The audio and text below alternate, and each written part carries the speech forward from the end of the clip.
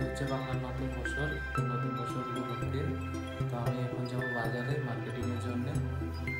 মোটামুটি রেডি। এই দেখুন, এটা আমার ওয়াইফে দিয়েছে টি শার্টটা, কিন্তু প্যান্ট দেয়নি, তো হাফ প্যান্ট পরেই বাজারে যাব। তো সঙ্গে থাকবেন, বাজারে কি অবস্থা দেখবেন।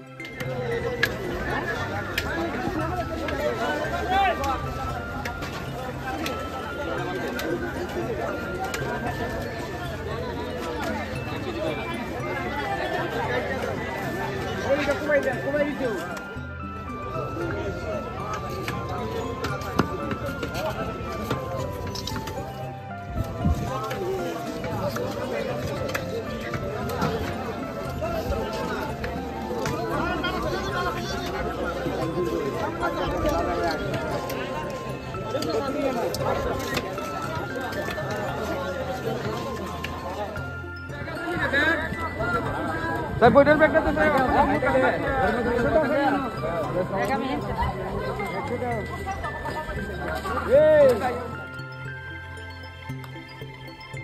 আর নতুন বছর উপলক্ষে সবাইকে আমার তরফ থেকে অনেক অনেক অভিনন্দন রইল। নতুন বছর আপনাদের ভালো যাক।